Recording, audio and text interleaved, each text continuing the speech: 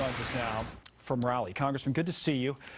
This is literally the calm before the storm, but you can't help but think about what things will be like afterwards. First of all, are those areas down along the coast getting everything they need, do you think, from the federal government at this point? Well, I have no doubt that the federal government is going to provide every resource necessary. I was listening to your conversation with Joe, and I know right where he is. My family and I, we have a condo there at Curie Beach, which is just slightly south of Carolina Beach there on the same island, so to speak. In fact, it's referred to as Pleasure Island.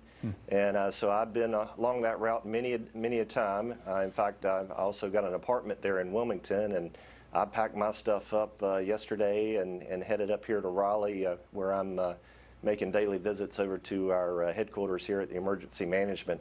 But I am quite concerned about the potential for flooding. Up to 42 inches of rain is a substantial event anywhere.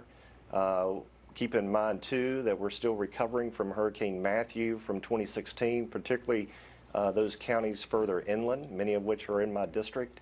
And so this is going to be a major event. This is going to be a life-changing event for a lot of folks. And I hope that everyone is heeding the advice of the local authorities to get out of town. And if they can't get out of town, I think it's really important that they get to a local shelter, make sure they bring some type of container that's waterproof with all their appropriate documents, things that they perhaps are not thinking about, like passports, driver's license, et cetera, all those things that they're going to need in terms of getting disaster assistance. It seems like most people did get out, according to the mayor at least, and some others we've spoken to today, that need to or should, and that would be everybody that's in these areas. Of course, there's always a few that don't. I know these are mandatory evacuation orders. Normally, the authorities don't enforce the orders. In other words, don't force people to get out, don't arrest people. Do you think that's the right way to go about it? We go through this all the time with these storms, I guess.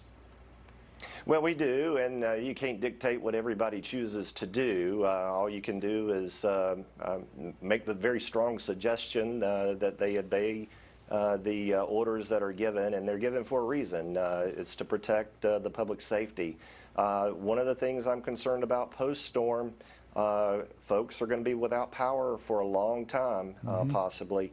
I saw where Duke Energy had a little press release apparently that was showing up on the Weather Channel, and they said power could be out for weeks. So folks need to understand that this is not your garden variety hurricane. This is a really serious, nasty storm that's not going to come and go. It's going to linger on the coast, it looks like, for 2 or 3 days.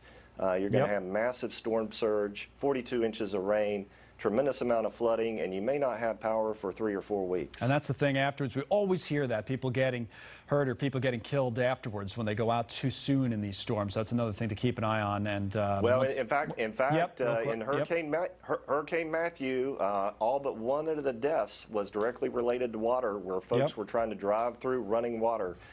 So if folks get stranded in their car, they need to hit *47 on their cell phone, and folks will come and get them. Authorities will come and get them. Do not try to drive through the water. *47. Okay, that's important information for people watching. Congressman, thank you, and the best to you and everybody around you here the next few days. Thanks for coming on. Good to be with you.